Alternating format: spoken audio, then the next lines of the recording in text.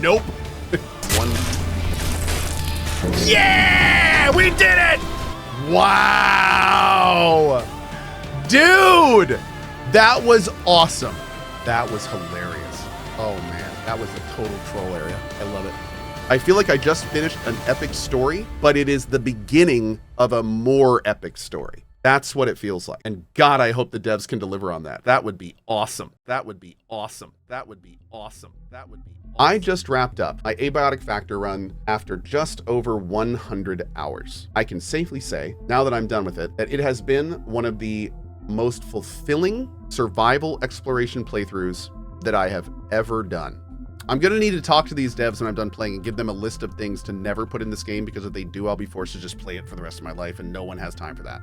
When you first look at this game, it's a little deceptive. The graphics are retro, which isn't the deceptive part, but looking at the character models, looking at the world, it appears that the veneer is a little simplistic, but it's still enjoyable. So when I started playing it, the very first time with a couple friends, I had a good time, I saw potential. What was that?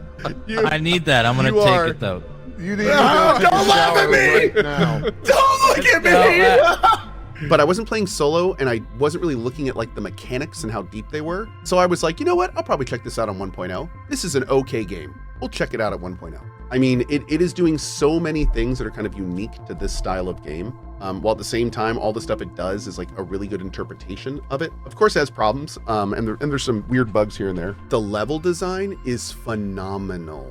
The level in this, you're basically playing Half-Life 1 as a Dark Souls world in a survival sandbox. And what I mean by that is like, they have crafted this world to where you start an office, you kind of methodically work through that, you unlock a tram. Great, so we just connected like so many different areas here. This is awesome.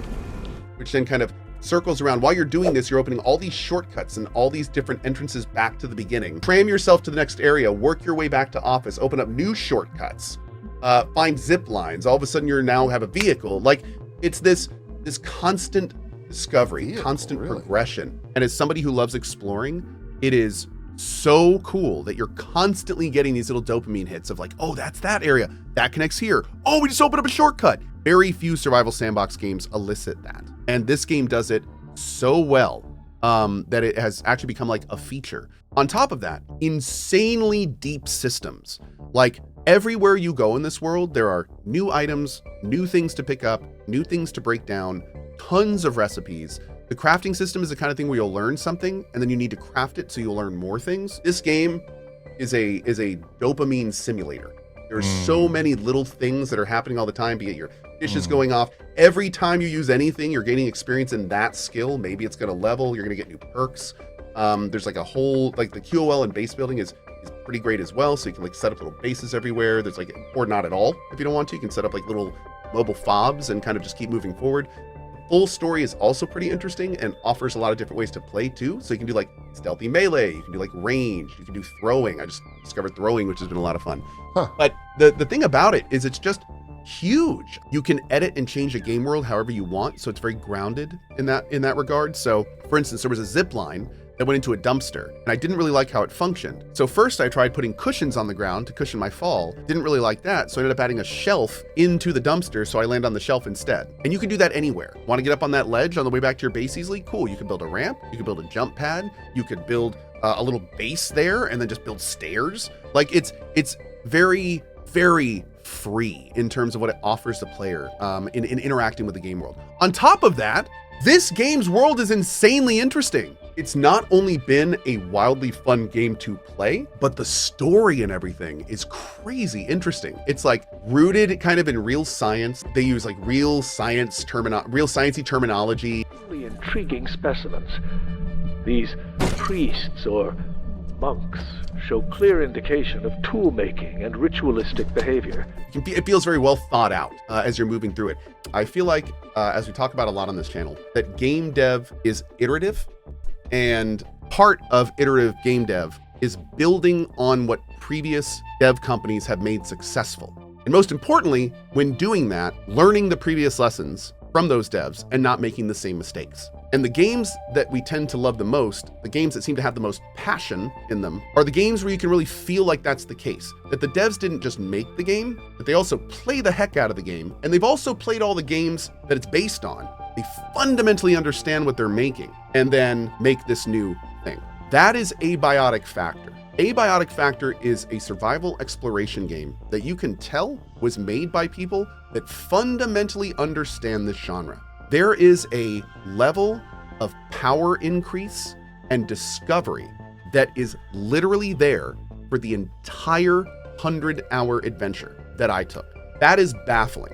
Most of these games, there's almost always some inherent flaw in the main design. Like most survival games generally are lacking somewhere because these games are so big, you have to kind of make sacrifices. This is one of the first times I feel like that has not been the case. I loved the graphics and the throwback. I loved the sound design. It all fit and worked perfectly. The QOL and evolving QOL in this game is one of the first times I have ever played a game where I'm like, this rivals Grounded. Like what you can do in this game is actually comparable in many ways to Grounded in terms of how it progresses, in terms of how it is introduced to the player, in terms of the mechanics the player does, which you then get a new item, which fundamentally changes how that mechanic functions. This literally happened on the 95th hour of my 100-hour playthrough. Again, just baffling. This stuff doesn't really happen. So without making this video much longer, here's what I want to say. Abiotic Factor is Half-Life 1 plus a Dark Souls map system, plus some of the best evolving QOL and survival exploration mechanics I have done. All of this together makes a package that is one of the best in the genre. And then on top of that, the world that Abiotic Factor is in, well written, well voice acted. Oops, borrowed your stapler. Yeah. Give me that sweet stapler. With you around, work really feels like a second family. Incredibly immersive, actually believable. These are people that clearly went to great lengths to make even their science weird jargon sound believable. And you add that into everything else when it comes to that immersion, and it creates a package that, again, I'm having a hard time coming up with other games I would compare this to, just because of how unique and awesome this combination is. Playing a game like Abiotic Factor is incredibly inspiring to me, because I'm also working on a game right now that I'm not going to promote, but I will say that Abiotic Factor shows me that even when games do things we've done before, there are ways to put them together. There are ways to implement them. There are ways to do it right to a degree, or even if you've done everything before, it still feels like an amazing brand new experience. And I can tell you that is exactly what I'm setting out to do in my game. And it's awesome to see other devs, frankly, absolutely nailing it. That's it. Go buy this game. It's fantastic. It's also on Game Pass. I know. So go try it out there. I hope you enjoyed our playthrough. It was so fun. And I will see you guys for more.